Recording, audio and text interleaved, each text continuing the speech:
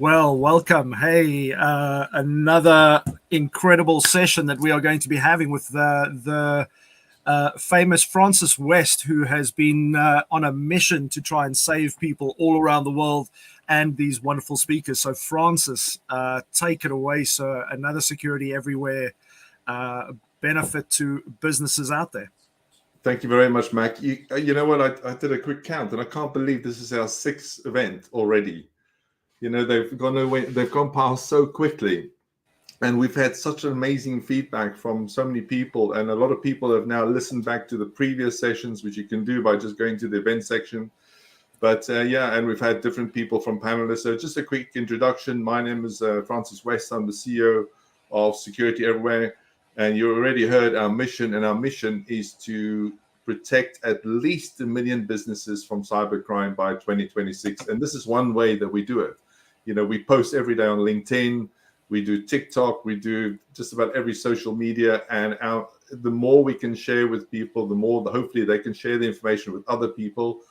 And as a quick summary today, you're going to hear, first of all, you're going to hear from Fiona, and she's I'm very grateful for her to come in to share her story of what happened recently with the SIM swap scam.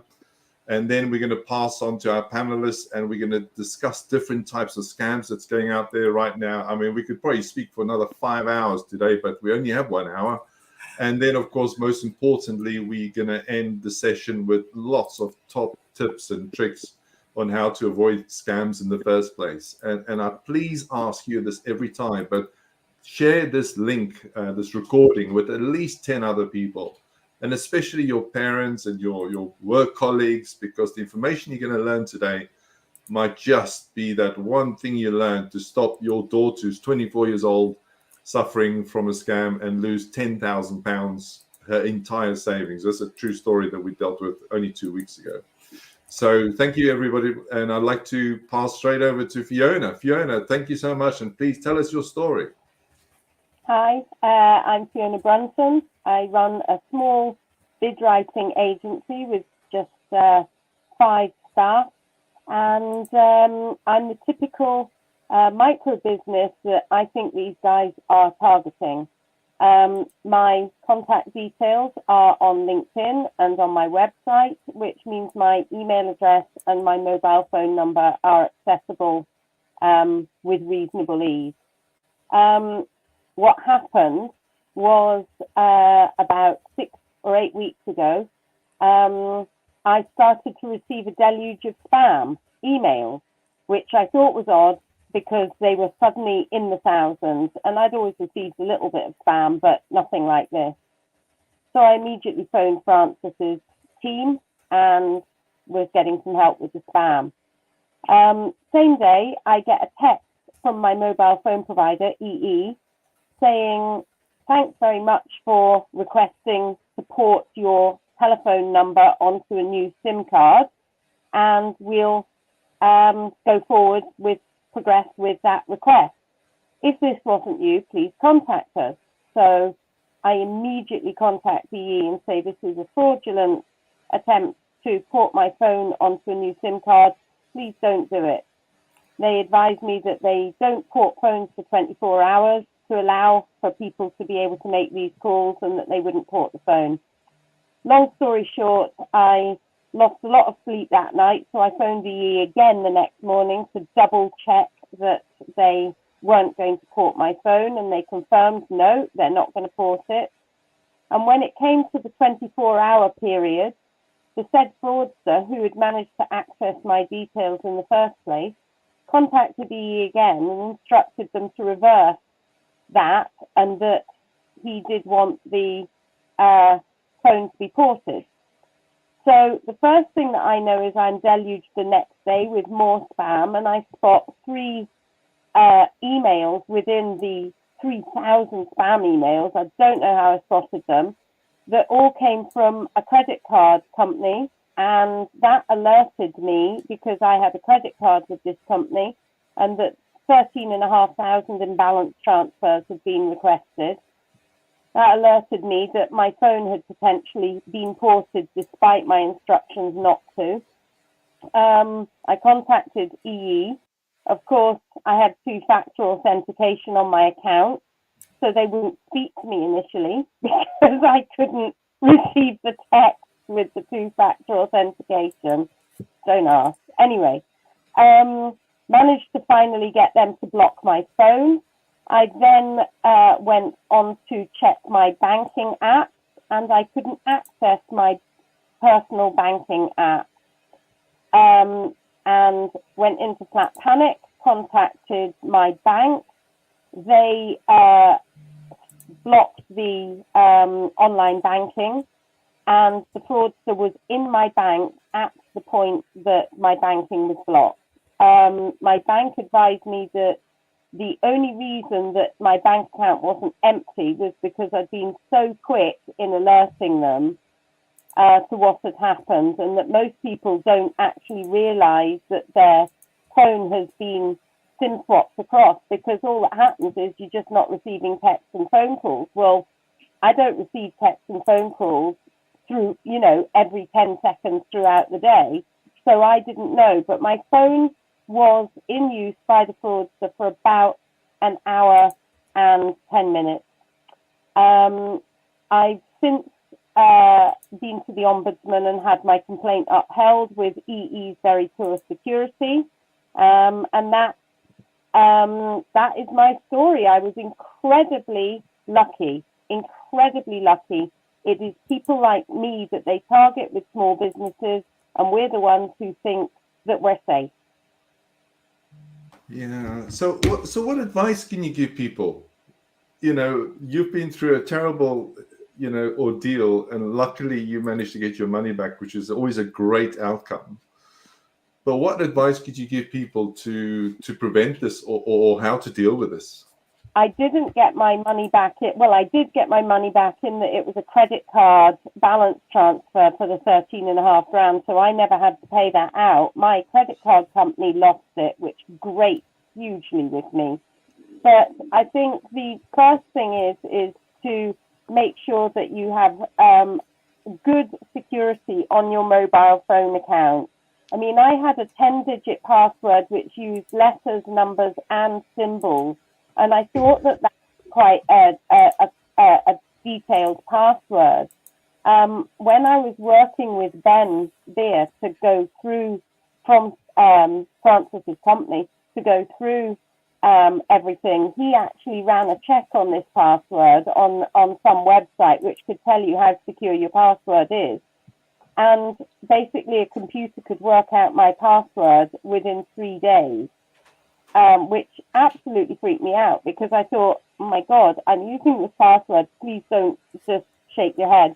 I'm using this password on an awful lot of things, and I thought that it was complex enough for nobody to be able to breach the password.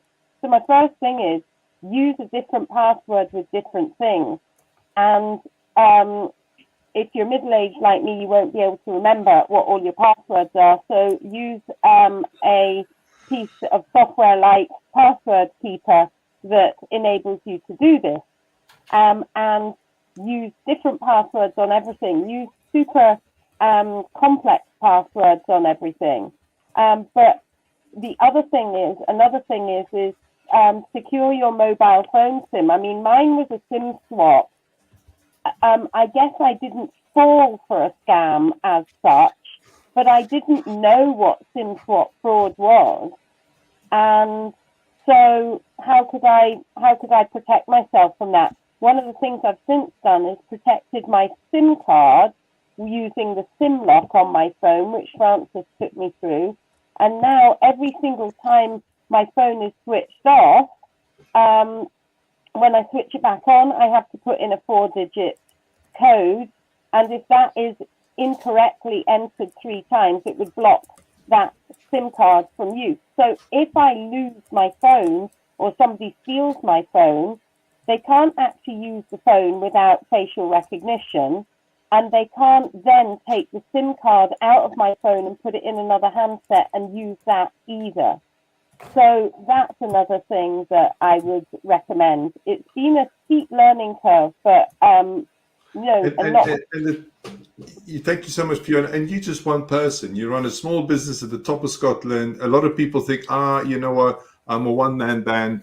People, when they're not interested in my information or my data or my phone, and they're quite the opposite is true. It's easier to steal with a scam £50 off 10,000 people than it is to take 500,000 off one person. Thank you so much, Fiona, but please feel free to comment again.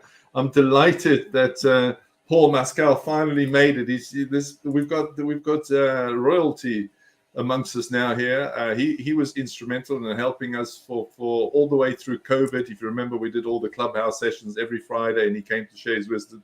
This man has just come off an interview with BBC. He's on TV, radio, and thank you for making the time, Paul, to come and share your knowledge. He's busy doing his PhD in exactly what we're talking about. So I've got a $1 million question for you, Paul, and that is why Thanks, why are people falling for scams? Well, what the psychology around it? Why? Well, the problem is that it's first of all in the language we use. Like again, when we talk about we fall for it, is when you look at fraud, when you look at social engineering, any sort of online manipulation, people are vulnerable to scams and manipulation just the same way you would be from disinformation, radicalization, online grooming, all of these sorts of things, because actually human beings are really good at lying to ourselves in many cases, but also we're very, very open to manipulation. Just like that relationship you had that you didn't see the red flags in, very often is the same case of where we want to read things in the way we want to read it, we believe what we want to believe, and we only follow what we want to follow. So very often is that our emotions, especially in online fraud, so like 78% of all fraud and scams is online. And the remaining percent is pretty much majority telecommunications, communication, etc. So the thing is our emotions often take kind of precedence where our intuition should be. Your intuition doesn't really work well. Very often the education is around trust your gut. Well, actually, that's terrible advice because you can't really trust your gut and instincts in these situations because that's the whole point, is that your emotions take over. So me as a criminal want to basically do that in the first instance.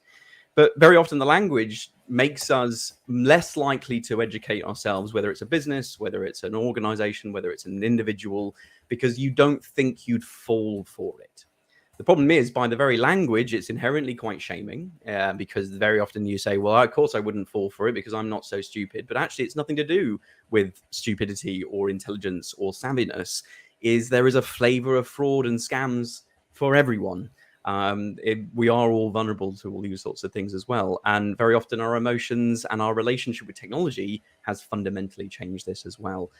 So yeah, it's a symptom of a wider societal issue as opposed to just a savviness problem. I'm thinking about the long answer or the long question. In your experience, what age group of people suffer from scams the most? Depends on what scam you talk about. So again, there's a flavor of fraud for everyone. So this morning, we just did a press release with the Take 5 campaign around Gen Z. So 18 to 25-year-olds, they are 49% of them have all been targeted by an impersonation scam of some description. Wow. That's a high number. 52% have no issue about sharing their personal information. Now, if you think about it, even no matter what age you are, in the last 20 years, thinking of how consumer behavior has changed, and you think about how conditioned we are to give away our data and information for, well, any product, any service, anything. The value we assign to our data and information, whether that be a business or your own personal information, has been degraded because of that. Then you put in the younger age group, and then you think of the changing relationship with technology. And actually, I have no intuitive backstop as to why I should give my information because it has no value to me. Yeah. And that's the same with anybody, even for older people. Again, there is a different type of scam, just like any of us are vulnerable to any sort of element of vulnerability. Purchase scams, impersonation scams for younger people, investment scams, romance scams for older people, middle one. Take your pick depending on what vulnerability and what belief you have. And again, everybody's susceptible to whatever. So it doesn't matter about age, nothing to do with it. No. Have you seen the latest Wilkos scam? Yes. Oh, Yeah. it's mental. So all these fake websites are popping up where they're showing you can buy full set of like a lounge suite for £7, and people fall for it. I wonder how much money they're making, but it's madness. But again, coming back to your point, it's that people like something for nothing. They like to get a bargain, and I think we dealt with the case only last week, which was really sad. This guy, one of the fires, what was it? One of the European countries was on fire, and they had to cancel the holiday. So the guy decided, listen, maybe I should take my kids to a local or just down in Cornwall to a camping site. He arrives at the camping site. The guy goes, nah, no booking here. So he went on a dodgy website, booked. So you had to turn around. But luckily, the camp owner said to him, listen, I feel so sorry for you, but all I can do is I can give you a 30% discount on our normal fees, which was nice. But there's two things to that. First of all, any sort of scam, any sort of holiday scam, purchase scam, any sort of flavor of scam, etc. in this respect, is that how little information do I need to convince you that I own, have able to sell whatever it is, whether it's a holiday scam, whether it's a villa, whether it's a rental property. I was on BBC Cumbria this morning talking about a rental fraud where they were sent a fake tenancy agreement and a key to basically, again, end up losing quite a bit of money on a tenancy agreement because of rental fraud. The thing is, I don't need that much information to do so. Now, that goes for any sort of scam because I just right-click and put the image across. Things like mum and dad scams. If your son or daughter's image was in the WhatsApp and they were in trouble, what emotion is going to take precedence? Yeah, it's paternal or maternal or whichever. But secondly, as well, is it's about understanding that this sort of situation is that your emotions take the brunt in any of these given situations. Yeah. Because very often we talk about if it's too good to be true, then it is. What's too good? Is there a metric? Is there some sort of magical, well, that holiday looks too good, or that offer looks too good, or that product? What is too good? And that's the thing, is that there is no metric when we are engaging with something online, because in the cold light of day, we actually lose the empathy for people that are victimized in this sort of situation because they fell for it. You'd never say that you'd fall for that burglary or that assault or any other type of crime very often in that. And again, the self-shaming comes with that as well. Where did I read this the other day, that the amount of people that actually even report these, and we're going to come back to that later, the number's very low because people are so ashamed, of the fact that I'm a clever person, I'm a doctor, I'm a lawyer, and I still fell for this and lost whatever, tens or hundreds of thousands of pounds. But just thank you so much for the information. I'd like to come back to you again in a short while. But Ben, you had a recent case with your mom, and you're in the game. How could your mom possibly fall for a scam? Hey Francis, and good afternoon, good morning, good evening to whoever else is watching there from wherever else in the world. How did she? Well, fortunately, she didn't, because obviously where I speak to her and keep her abreast of what I'm doing in my IT cybercrime fighting life. But again, it was as Fiona mentioned, is having the details out there online, and I believe, Fiona, there's a picture of you on your website as well, and they deliberately target certain people of a certain demographic with and as Paul said, there's different flavors for different people. So in the case of my mum, she was made captain of the women's golf team, which meant her picture then went on the website along with her email address and her contact telephone numbers.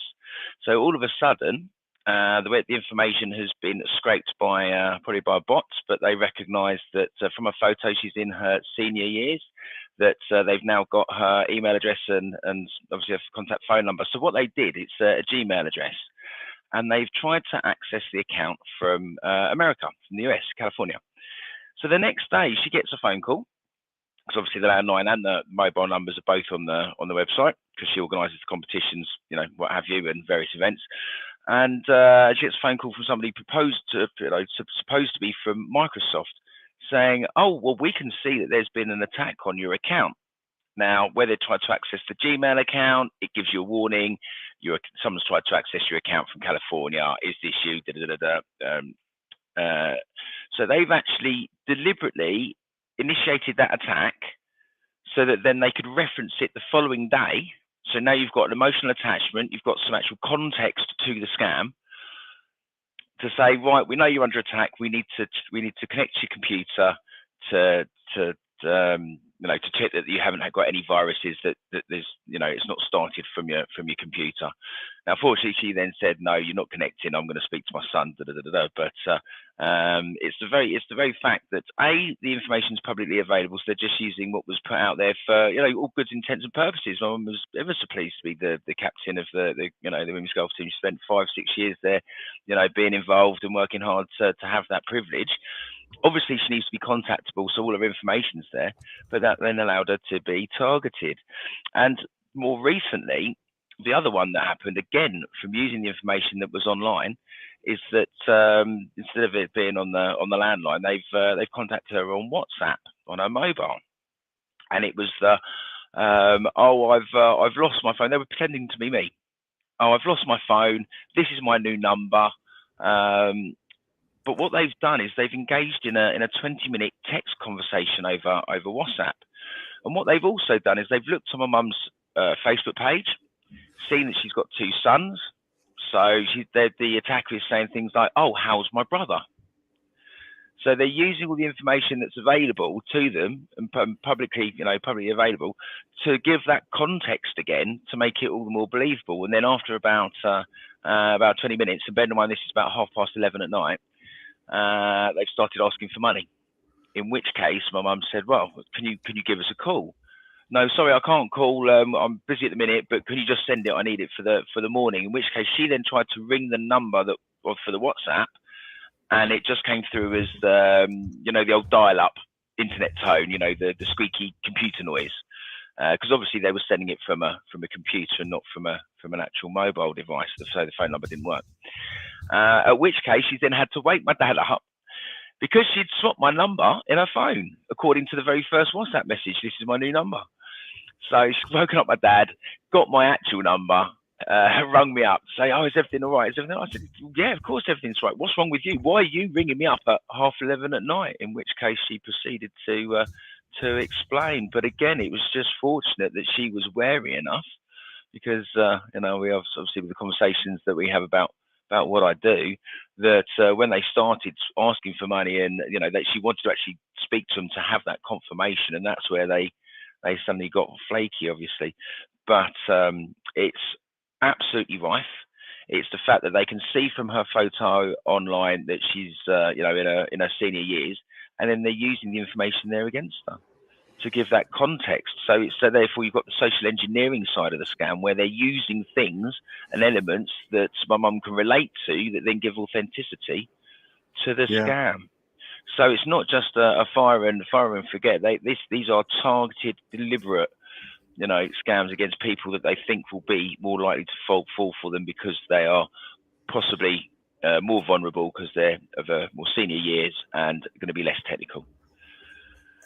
And Ben, I think the problem that we have right now in the UK, and I'm sure I'll be backed up by Paul in a second, but from one of the security panels I was on the other day with another Paul Lopez, and he said if you look at the total amount of fraud that's happening in the UK right now, 2/3 of that is, or total amount of crime, 2/3 of that is cyber and fraud, if we can compare them, which is a lot. And the total amount of money that the government is spending on preventing this is 1%, which I couldn't believe. Just such a low number. And this is why I think doing these sessions are so important, because if you've suffered from a scam, anything below, say, £10,000 loss, your chance of getting a phone call back is very, very limited. And what we decided between Ben and I as a next session for next month is to really dig deep into what to do if you've fallen, for a scam, or if you've lost money, because we've got some top people that we work with that can come and give some advice. But also, you've just reminded me of another one there, Ben. One of the other cases we dealt with recently is, and again, I'm sure Mac will agree on this one, that a lot of people, when they have new staff joining, guess what they do? The first thing, they put it on LinkedIn. Yeah, we've got a new marketing person. It's Mary Poppins, and she's now, this is her profile. And then about a week later, what Mary gets an email from the boss saying, "Listen, Mary, we're doing a promotion. I need you to go and buy 10 £50 vouchers from Argos." And off she goes. And she actually paid it with her own credit card because she was like new. She didn't want to let the boss down. And of course, she lost the money.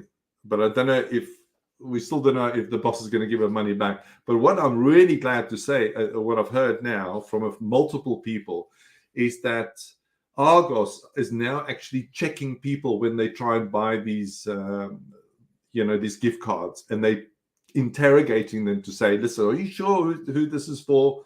And I think that's massive credit to Argos for doing that, and also some of the other big chains. So moving on to some more scams, because again, I'm watching the time here. Theo, we spoke earlier about, and I know Paul touched on banking scams, because again, you've heard Fiona's story today, but we dealt with multiple other banking scams. But could you elaborate on the ones that you've recently seen? I had a very specific, hello everyone, and thank you for tuning in. So it wasn't recent, but I did help a customer, and it actually wasn't in this country, it was in South Africa. And the scammer / hacker had gotten into her email account and was intercepting her communication with her bank around fund transfers, etc. She was a very elderly lady. She had very little funds left in her account for her retirement, or the rest of her retirement. And just to say that these people, if we can call them that, don't care how old you are. They don't care if you're rich, if you're poor. They're out for their own gain. They intercepted those emails. They then phoned her from a number saying that they were from the bank. And they took her through the process to log into the bank account and transfer the money into a newly set up account for her, which obviously was their account. They wiped all her funds out. She phoned the bank back on the bank's number and said, "What is going on? Why are my funds gone?" They said, "Well, who have you been speaking to?" She said, "Well, I've got these emails." And they said, "But those emails aren't from us. They are from someone else." She said, "But these are the people that phoned me saying that they're from the bank." And they said, "Well, they're not our employees. We would have gone through all these different steps." So I don't know if it's because of people suffering from financial desperation, or maybe just too self-confident, thinking that they are actually speaking to the right people, that they're suffering these attacks. It's quite scary to hear these things. It is, and again, here's a question for Paul. Paul, I'm going to come back to you. Do you think that if somebody falls for a financial scam, should the banks give their money back? So this is the thing. I get kind of stuck between a rock and a hard place in relation to this, because obviously I work for UK Finance. I support the banking industry, etc. And what we've got at the moment is the payment services regulator is looking at, again, bringing in policy in relation to mandatory reimbursement, or an element of mandatory reimbursement for individuals who are kind of lost through authorized push payment scams. So basically, in English, you've transferred the money and those sorts of things.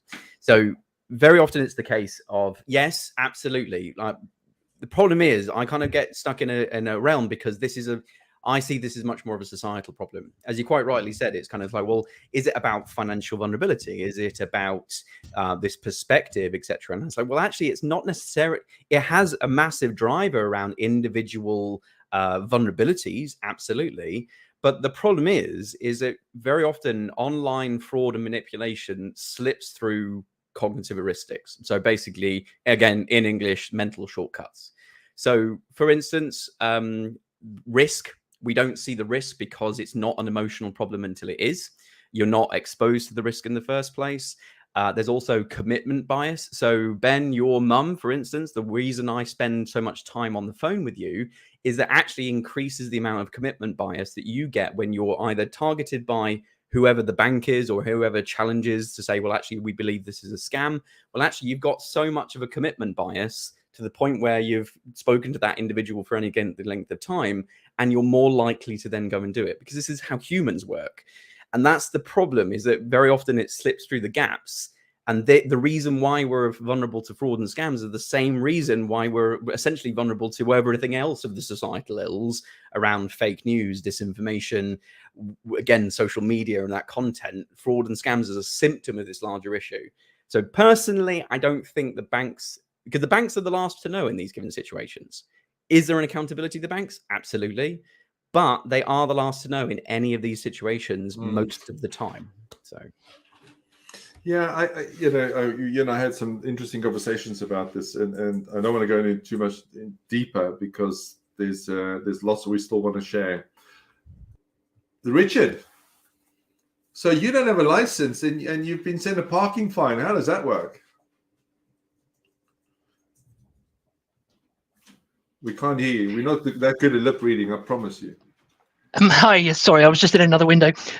Yes, so we host email for lots of people, and we always encourage them to contact us if they've received an email they're suspicious about, because we can trace the SMTP headers, find out where it really came from. But yeah, somebody rang me up, lived in Putney, and they said, oh, I just received this thing from Wandsworth Council saying that I was photographed going through a red light and I have £200 fine to pay. But if you pay like within 24 hours, it's only going to be a £100 fine. Now, if you looked at the picture that they sent her, it was incredibly blurred. You couldn't even tell what color the car was because it was a black and white photo. But, she was just about to pay. And, she got, like, if you imagine a progress bar of being scammed, she got about 95% towards 100% yet. Now I've been scammed. And she just thought she'd, contact me about it. And I said, you know what, I received one of those as well, but I know it couldn't be me. She said, well, how are you so certain? I said, well, I don't drive and I don't have a car. I don't have a driving license. So if I was you, I'd send me the email, which we then analysed, and we found that it didn't come from Wandsworth Council at all. It came from Vietnam. So whoops, no. And a couple of other ones to watch out for. TV license scams, very popular at this time because all the students are going off to college and the parents are nervous about whether they're going to need a TV license. And also DVLA, watch out for that one as well. The reason why this scam worked is obviously because the hackers knew where she lived. So they were able to send it not from some national body, but from her local, Wandsworth was the nearest council to where she lived. So she naturally assumed it must be legit because, it's not a national one. It wasn't from Tyne-and-Wear. It wasn't from Wales. It was from somewhere just around the corner. So out of interest, Richard, just to interrupt you, how were they able to use the Wandsworth email account? Scamming a fraud. Setting a fake from address is incredibly easy. So I could take out a postcard and I could send it to your address and I could put on there from Joe Biden, the White House, and that's how easy it is. Now, there are various things that are being done online to try and make it harder to do that. For example, I don't want to get too technical, but SPF, DKIM, DMARC, and various other technologies. Big companies do this. We encourage small companies too. But the snag is all of these measures are trying to shut the door after the horse has bolted, because the short answer is anyone can put down anything at all as the from address, and on a lot of receiving systems it won't necessarily throw up any red flags at all. And this is one of the reasons why WhatsApp has got so little spam on it, because WhatsApp requires you to identify yourself with a SIM card, and whilst you can create dozens and dozens of fake email addresses, it's quite expensive to create dozens and dozens of fake SIM cards because it's not as minimal cost. I hope that answers your question. I mean, I can go into more detail, but that's the gist of it. No, that's good. That's good. I'm just going to move on because there's quite a few more that I want to pick up. Thank you very much for sharing that, Richard. I wish sometimes we can share screens here so we can show people what it looks like, the examples. Ben, tell me about the other one we dealt with the other day, the pub one with the QR code. Do you remember that one? Well, this actually started way back in the pandemic, but it was highlighted again because of a recent scam that's been going on in car parks. So, of course, during the pandemic, we saw the rise of the use of QR codes.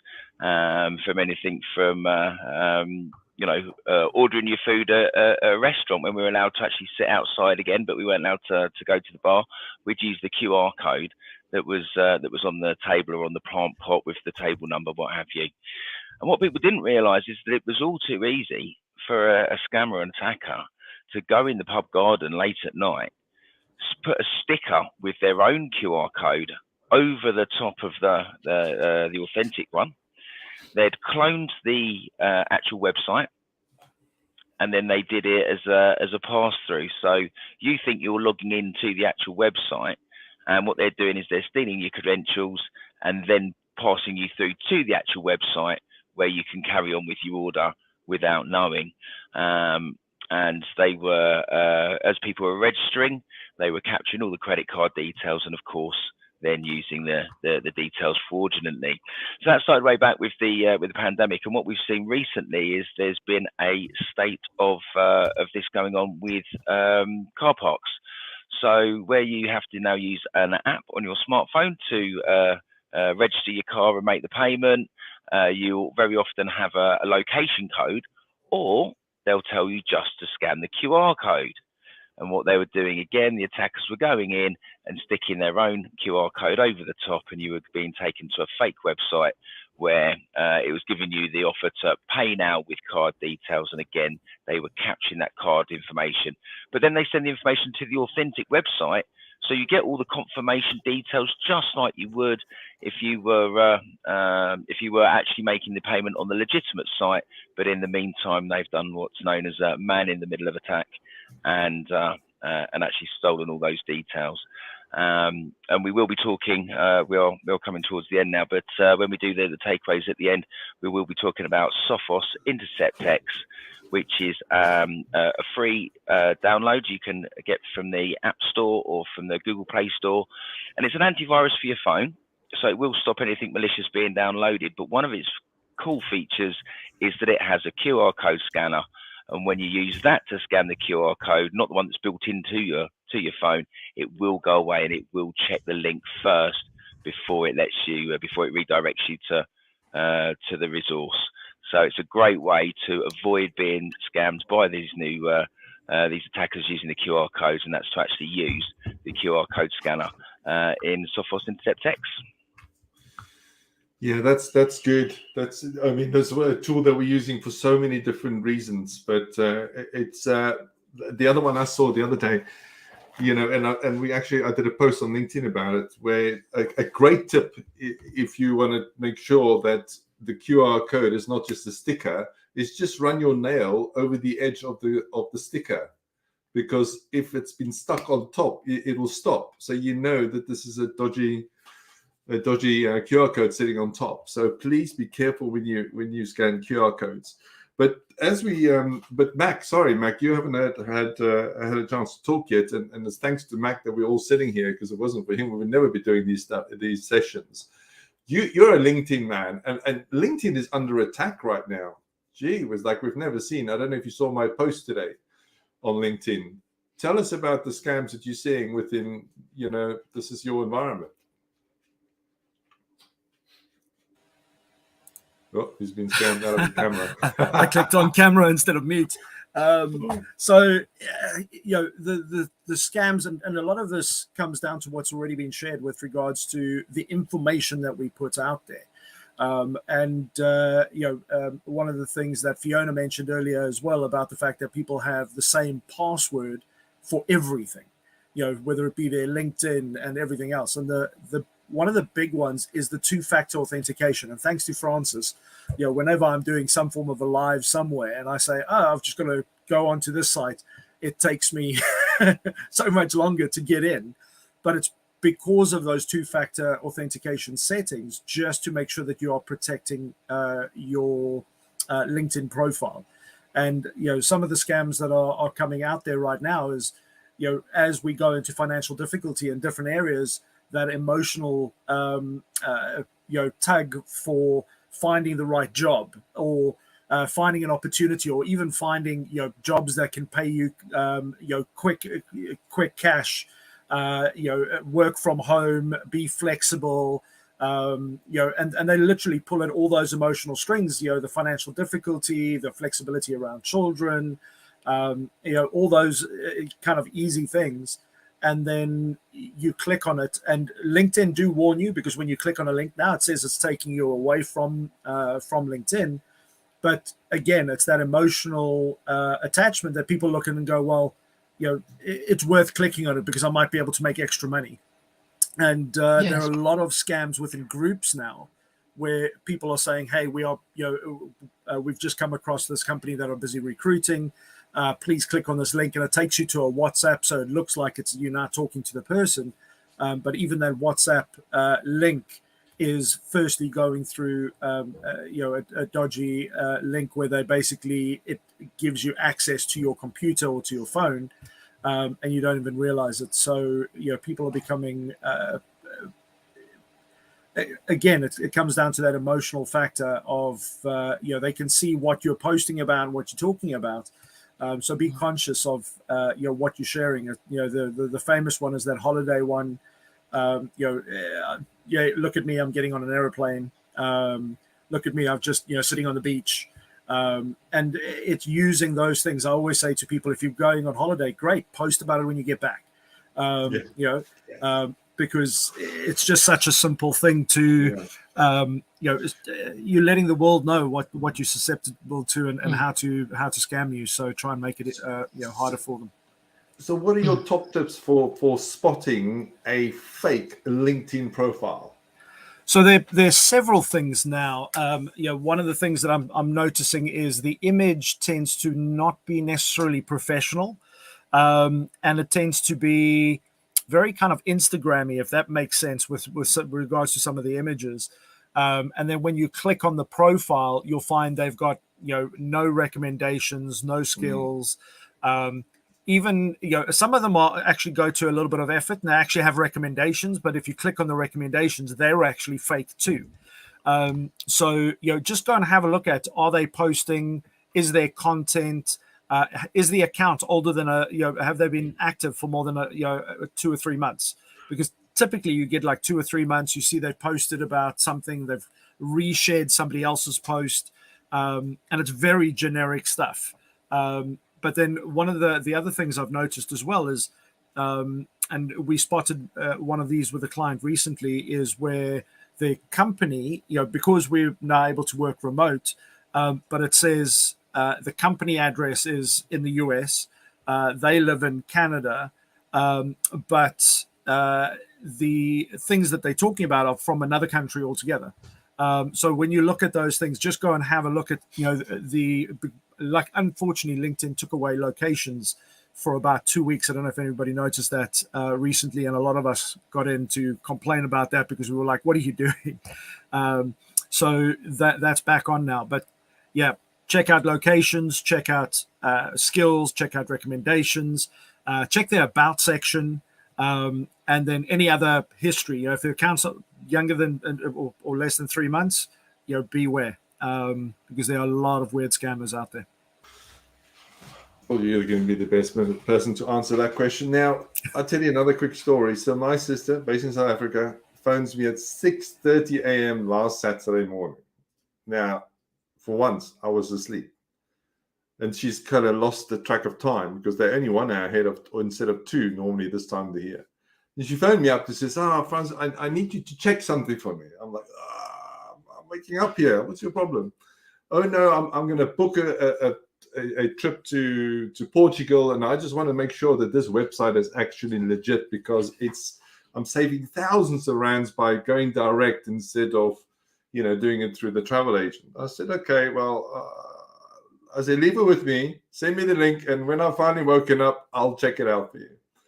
And there are some brilliant websites on there.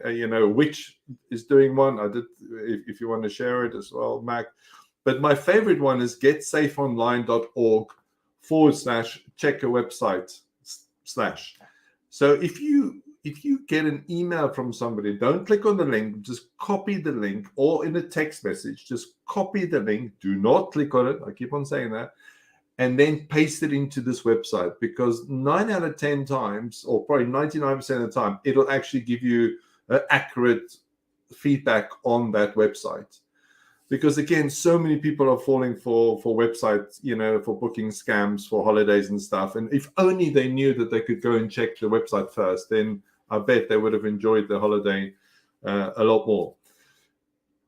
Moving on, so I'm just looking at the time. We've got about 12 minutes left, and I think we should start focusing on giving a lot of information that people can hopefully not only apply themselves, but also share with their friends, their family, and especially their mothers and fathers and their children, to help them keep them safe from hackers. So, Fiona, I know you've already shared a lot of tips and tricks, but when you're sitting in the pub now, yesterday, when you're sitting in a lovely sunny spot somewhere when we spoke, what's your top tip for your friends to avoid scams?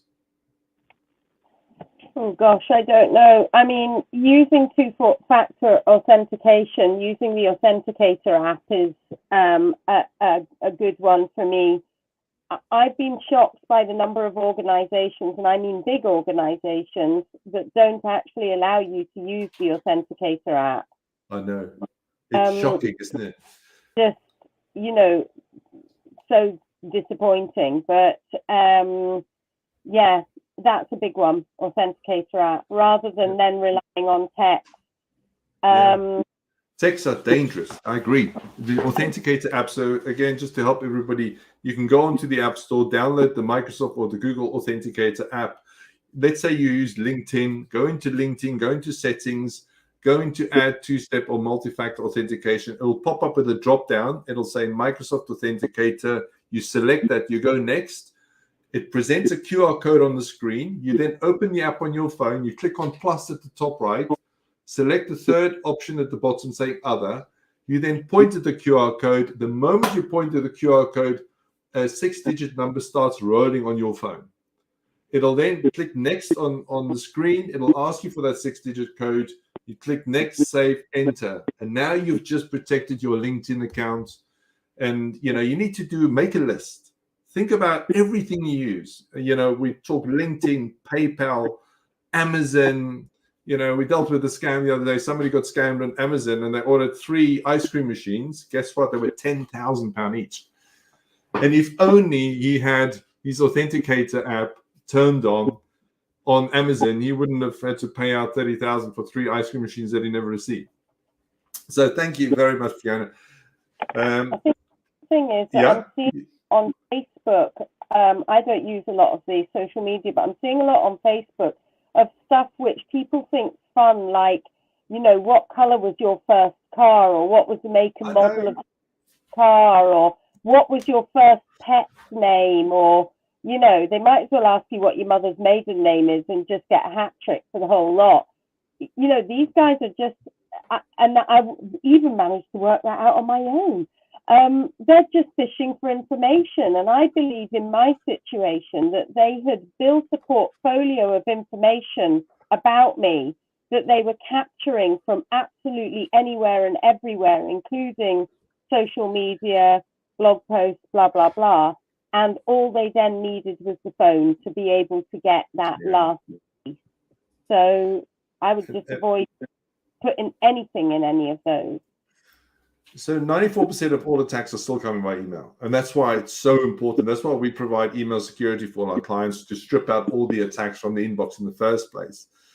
But mobile security is massive, because that's the one thing you've always got with you wherever you go, and if you don't protect that device and a scam comes through WhatsApp, text, Twitter, whatever, how are you going to stop that? And this is the $1 million question. So, Theo, what's your top tip? Thank you, Fiona. I've said it so many times before. You need to be paranoid.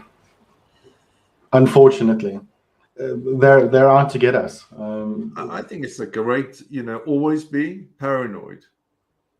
You put it as your slogan. Be paranoid. Be mindful, man. People are trying to take money from you. They're not going to stop until they get that money. Yeah. They are going to use social engineering. They are going to use all the tools that are available to them. A lot of those tools are for free. So unless you start thinking differently, you're going to keep hitting into the same problems. You're going to keep hearing the same stories. People being scammed, companies being hacked. We need to change the way we think. Yeah. And what's the first step? Be paranoid. Yeah, but no, I mean, I know be paranoid, but how can you change the way you think, Paul? Well, for actually following on from Fiona's point around this and how we change the way you think, because criminals, it's interesting because I do a lot of the kind of their background, the criminology around it as well. And the fact is they have a standardized format for all of our data. So they take FULZ, F-U-L-L-Z, and that's how they share information and data. And it's basically a .txt notepad style format in which it, like Fiona quite rightly said, is they start collecting that information. And that's worth about $18 on a carding site in which I can buy, etc. For most criminals, I don't have to look you in the eye. I don't have to do anything like this. It's a lot more accessible than any shoplifting or drugs or any other type of crime. The youngest we arrested during COVID was 12 years old. Again, I was much more bothered about Lego at 12 years old. I still am at 36, but that's not the point. But the whole principle around this is that it is an accessible crime of which I don't have to look at the victim in the eye. Now, the problem is with this is that I can give you all of the education in the world in what to do to prevent yourself in the moment. And that's why does a car salesman not want you to leave the showroom before you've signed on the dotted line?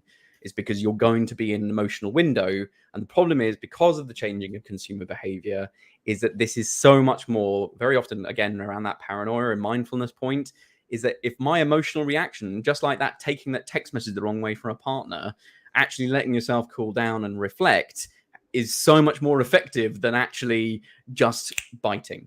The problem is criminals can make you pay money, click on a link, do something within that finite emotional window, whether it's a positive emotion or a negative one. And my learning from what you just said there is nothing is urgent. The only thing that's urgent is if you're standing right next to a friend, a colleague, a family member, and they're busy suffering a heart attack, they've got to phone 999. That's the only thing in life that's urgent, as far as I'm concerned. Everything else can wait. So context, Francis, context, authority, urgency, scarcity, emotion, cause, basically, is that in those combinations, any sort of social engineering is going to use an element of those. And it's kind of it's linked to Cialdini and things like that in relation to persuasion and all these sorts of things. But very often it's the emotional side, because especially with our digital habits and our relationship with technology and social media and content, is that our emotions take, just like taking that email the wrong way from a colleague, your emotions are where your intuition should be. So I would like to add to that and say, if you receive a text message or a phone call or anything, just say you'll phone them back, and then go and ask somebody else. Go and ask your mom, your dad, your sister, your brother, your uncle, your auntie, somebody at work, and say, you know what, let me just check this out. So for me, that's probably the best thing that you can ever do to avoid any type of scam. But my other top tip I wanted to share with people, which I always forget to do, is a lot of people are scared that their parents will get scammed. And sadly, we dealt with a case, Ben will know, where this lady, sadly, she's just passed away 2 weeks ago in Canada. She lost $800,000 through a scam, a pop-up investment scam. But anyway, moving on. Here's a top tip for you. So if you've got older parents and you're worried about the phone calls or text messages they're going to get from, if you go into their settings in their contacts, you can change the settings that will only receive phone calls or messages from known numbers. And what you do then is you only add your number and maybe uncle, auntie, whoever else's numbers, and that's it. And then they can't get calls from the landline is different. I would unplug the landline. But their mobile devices, that's the way you can stop them from getting nuisance calls, because older people are, they're very trusting, and that's why they get done so often. Richard, you want to add? We've got how many minutes? 3 minutes to go. Do you want to do a quick 1 minute, and then we'll still need to ask Ben and Mac as well. Yeah, sure. So just to expand on the sense of urgency thing, so examples of this would be maybe they will change the price from an attractive price to an unattractive price. You think, oh no, damn, I've lost the opportunity, and then they'll change it back. Or they might have a thing saying only one left in stock, or they might have a thing, saying that this wonderful seat that you and when you go to book on it, it doesn't work, and then 30 seconds later it does work again. So you think, oh my gosh, I better book this now before somebody else nabs the seat.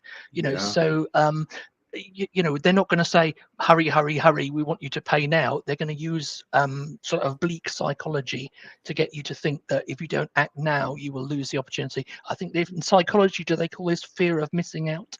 FOMO. Yeah. And that's he's smiling, he recognizes that term. So yes, beware of FOMO. Thank you, Richard. I saw we just had a quick message there from Sally Collins asking, can you set up two-factor authentication on Facebook? Absolutely, you can, and with the same method that I described earlier to do your LinkedIn. And I would go as far as telling you this: do not use any social media account ever unless you've got two-factor or multi-factor authentication turned on. Unless you like getting scammed or hacked, please do it today before you go to bed. Ben?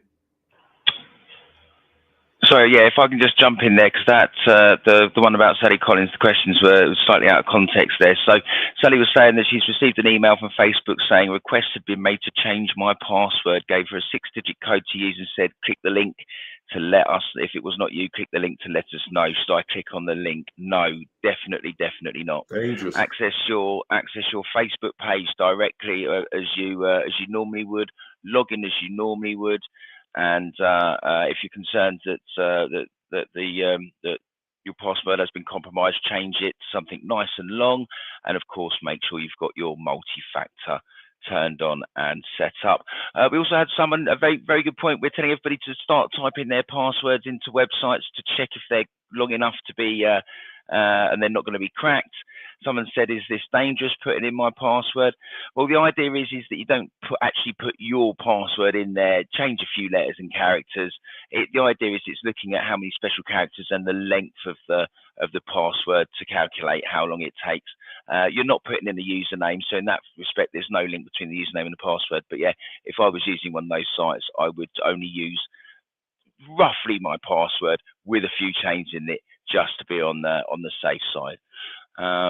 In terms of, I know we've come right to the end of the time, but in terms of some takeaways for today, so we've already talked about Sophos Intercept X to protect your mobile devices and to use the QR code scanner because it will check the links for you.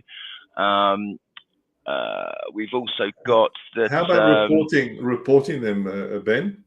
Well, this is it. Yeah, you can actually report phishing emails to the NCSC, the National Cybersecurity Centre. That's obviously run by the government. You just forward the email to report@phishing.gov.uk. You can search this out easily on Google. They also have a website for reporting phishing websites. So you can actually report the links so that they get taken down. So every time we get a phishing attack that's reported to us via our customers and the email security, I do actively report those websites. And normally within a day, maybe two, they're taken down. So there are resources out there now to help us to start fight back. And Francis, how do we report the scam SMS messages? Yeah, so for me, there's so many scam messages coming through either on iPad, iPhone, or smartphones, and you need to deal with it in the following way. A lot of people say to me, but I'm not going to report it because nothing happens. No, believe me, a lot happens. So if you forward, and I'm saying forward the message, or copy the number of the email the text message that's come in, copy that phone number, and then open up a new message and and type in 7726. If you look on your keypad on your phone, it spells the word spam. So you should remember this. So then you forward that number to 7726, and immediately that goes in the database. The other good one is who called me. Great to check who phoned you to see if other people have already been scammed by this number. But then once you've done the report, your next thing is to block the number because you don't want to receive that message again. And the third step is to delete the message. Whatever you do, do not forward the message to somebody else. Why? Because a lot of times there's an infected link or a link that goes to an infected place inside that scam message. So please be very aware. The other top tip that I have for you is a lot of people find us, no, I think I've just made a payment. I think I've been scammed out of 5, 10, doesn't matter, thousands of pounds. And the first thing you should do when you do that realization that you've potentially just made a false payment, open your phone up and dial 159. Why? 159 takes you through to a call center, which is say, okay, are you with Barclays? You with, Metro? Are you with this? You with that? So let's say Barclays is number 4. You press 4 and you get straight through to their fraud department. So that's the faster you can act in that environment. This like Fiona did. The sooner you can intercept that payment that's just been made. And a lot of people have never even heard of it. It's such an easy way to fix it. So I think we've shared a lot, but there's so much more we can. So Ben, do you want to close the meeting or the session? Right. Well, I'd just like to say a big thank you to all the panelists that have joined us here today to give up your time and share your expertise, your knowledge, and your experiences. It's how we're actually out there trying to help keep each other all safe. And of course, one thing that I help Francis do is to promote the education and the cybersecurity awareness, so that we can all help keep each other safe. Security Everywhere was set up especially to look after small businesses and individuals, and why shouldn't they have the highest levels of cybersecurity that the big corporate companies have? And it's making it available to everybody. But the point is, even whether or not you book a chat with Francis to find out more about your cybersecurity, at least we're out there getting you to ask the questions of your IT supplier, of wherever you get your cybersecurity from, to make sure that you've got the right systems in place. And not only that, it's what we can do to actually help protect our loved ones, our friends, and our families, because it's not just as businesses, it's what the criminals call the lowest hanging fruit. It's the most vulnerable. It's the easiest targets. That's who they're going after. And the more that we can share the knowledge, share the tips, share the advice to keep each other safe, the world will hopefully be a better place. So on that note, Francis, thank you, Matt, everybody. thank you very much for organising. Stay cyber safe, everybody, and we look forward to having you with us on our audio session, which is a week on Monday. So we'll see you again then. You take care. Hey, everybody. Cheers, Bye-bye. everybody. Well done. Cheers. Bye-bye.